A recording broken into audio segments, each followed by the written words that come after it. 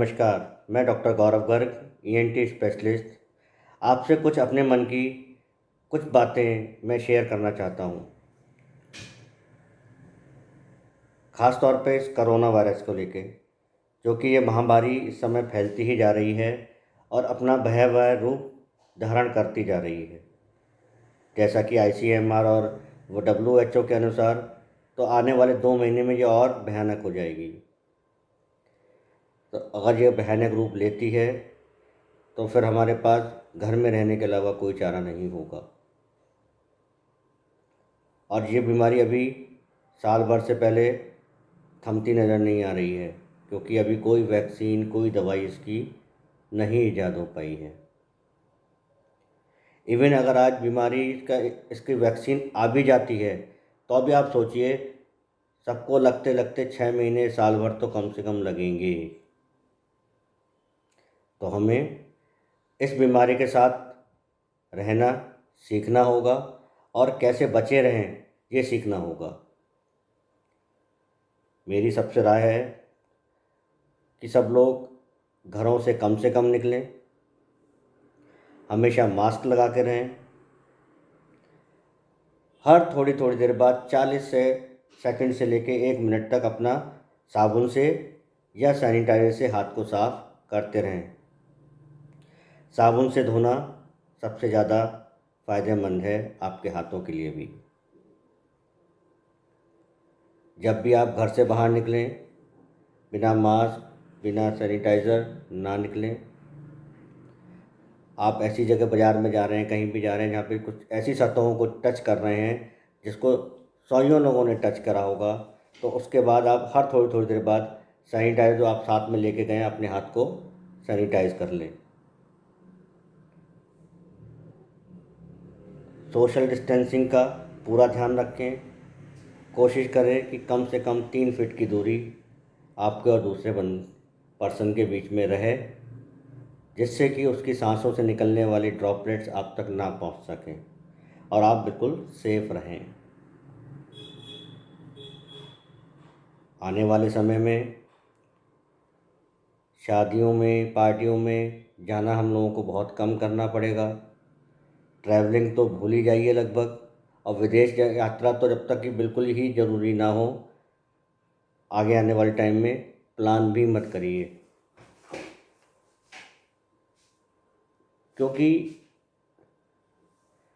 कहीं भी आप जा रहे हैं आपको कुछ नहीं पता कि कौन सा आदमी इन्फेक्टेड मिलेगा, किससे आपको इन्फेक्शन हो जाएगा। और सबसे बड़ी बात यह है कि क्योंकि 80% अभी तक की जो स्टडीज़ है, 80% लोग एसिम्प्टोमेटिक हैं, उनमें कोई सिम्टम ही नहीं आता है। तो देख के तो आप बता ही नहीं सकते कि किसको कोरोना है। वो तो जब सिम्टम आएंगे, टेस्ट होगा, तभी पता लगेगा। ख़ास तौर पे बच्चों का ध्यान रखना है कि वो अकेले कभी कहीं बाहर ना निकलें, इधर उधर बच्चे आपस में गैदरिंग में ना जाएं, क्योंकि उनकी आदत होती है कुछ भी छू रहे हैं, कुछ भी कर रहे हैं, उसका हाथ, नाक, मुंह में हर जगह हाथों को लगा देते हैं। हाथ धोने का पर्पज़ ही यही है कि हम हमारे हाथ साफ रहें, क्योंकि हर एक को आदत होती है नाक और आँख को बार बार टच करने की। इस आदत को भी हमें थोड़ा कम करना पड़ेगा, जिससे कि ये खतरा कम हो जाए। हमें कुछ चीज़ें और ध्यान रखनी होंगी अपनी बॉडी की इम्यूनिटी बढ़ाने को लेकर। बाहर का खाना 6 महीने के लिए लगभग भूल जाना पड़ेगा। कोशिश करें घर का ताज़ा बना हुआ खाना खाएं, फल खाएं, जैसे कि विटामिन सी के लिए नींबू खूब पिएं, नींबू पानी, संतरा खाएं, खट्टे फल ज़्यादा खाएं। जिंक के लिए मेलन है, वाटरमेलन है, ये लें।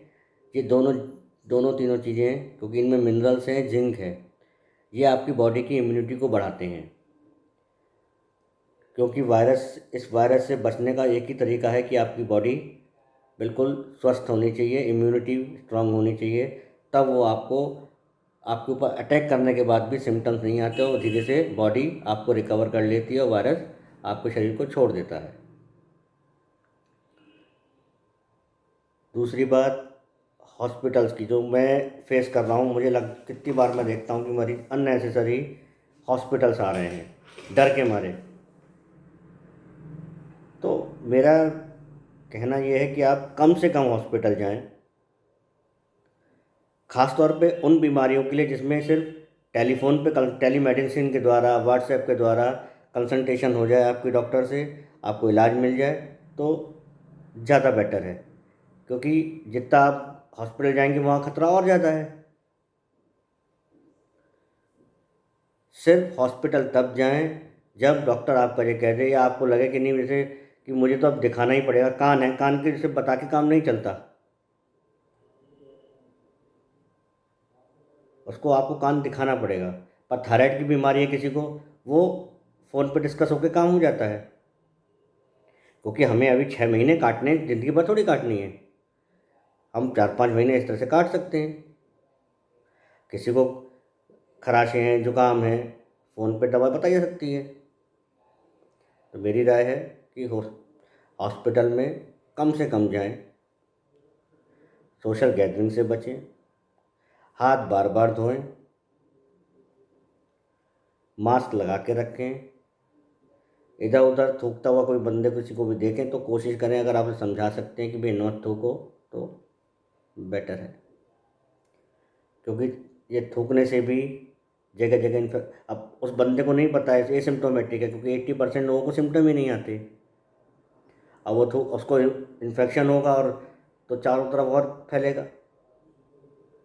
ये बातें हमें हर एक को, दूसरों को समझानी पड़ेंगी। कोशिश करें कि जितना डिस्कशन हो सके उतना डिस्कस करें लोगों से को समझाएं।